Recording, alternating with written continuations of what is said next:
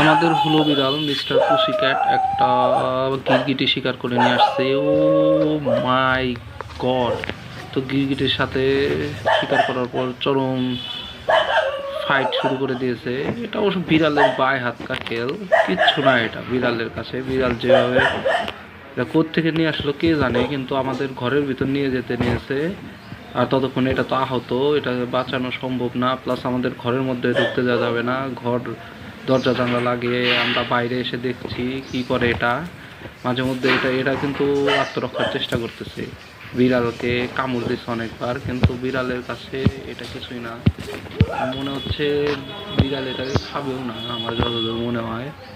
কিন্তু এটা স্বীকার করেছে, স্বীকার করে সে অনেক প্রাউড ফিল করতেছে, এই জন্য সে এটার সাথে খেলা করতেছে। এবং ও মাঝে মধ্যে লুকানোর চেষ্টা করতেছে, কিন্তু বিড়ালের সাথে পেরে ওঠা সম্ভব না। বিড়াল হচ্ছে এই সবচেয়ে অ্যাপেক্স প্রেডেটর আমাদের ডোমেস্টিকেটেড অ্যানিমেল মধ্যে।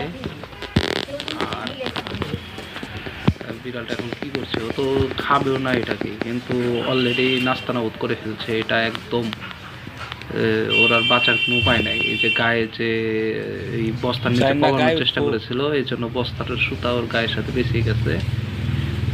কিছুই না, এটা কিন্তু বাধা না। অনেকে মনে করতে পারে যে এটা বাধা ছিল, না, এটা বিড়াল নিজেই শিকার করে নিয়ে আসছে কোথার থেকে কে জানে।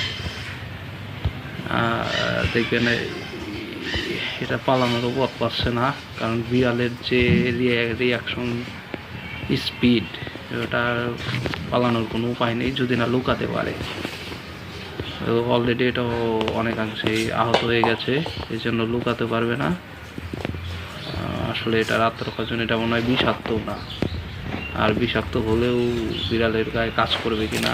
এই যে বিড়ালকে কামড় দিয়েছে পায়ে, বিড়ালকে কামড় দিয়েছে বিড়াল, তো আরও নিজে মেয়েকে এই তুই আজকে শেষ, এক থাবাই শেষ।